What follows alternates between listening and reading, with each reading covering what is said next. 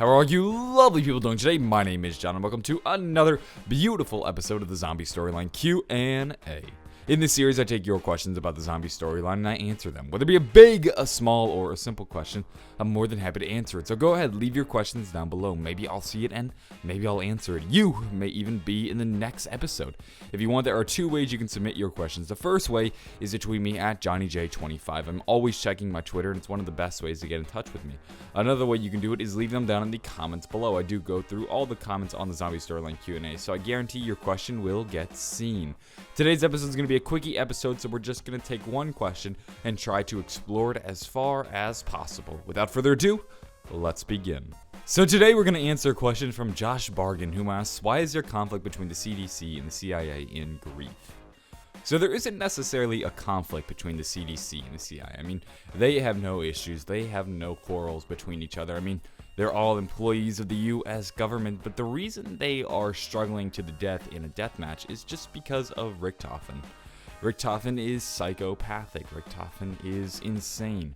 Richtofen likes to mess with people and he enjoys seeing people suffer. So what Richtofen has essentially done was taken the CIA and the CDC and pinned them against one another. He's trapped them in an area and he basically says only one of you shall remain. Either the CDC or the CIA will remain, and they must just sort of battle it out until one of them dies.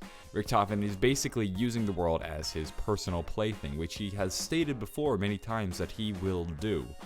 So there really isn't much to take from it in terms of the grand scheme of the zombie storyline. This is just something Richtofen has almost been doing on the side. So while the Green Run crew has been doing their thing, going from transit to die rise to buried, Richtofen has been all along just sort of messing with people, finding ways to sort of, I guess you could almost call it prank them or force people to fight to their death. Richtofen is psychopathic. I mean, the only thing you can really take from this on the grand scheme of the zombie storyline is that Richtofen is just completely insane. We get to see more into his character. We get to see more into what makes him such an awful person.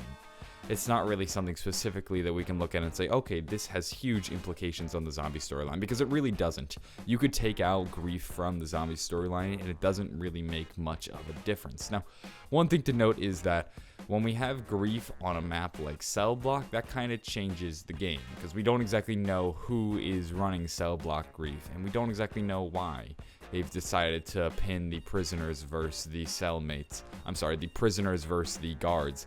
There isn't really much of an explanation to that, but like many things in the zombie storyline, there really isn't much of an explanation for anything.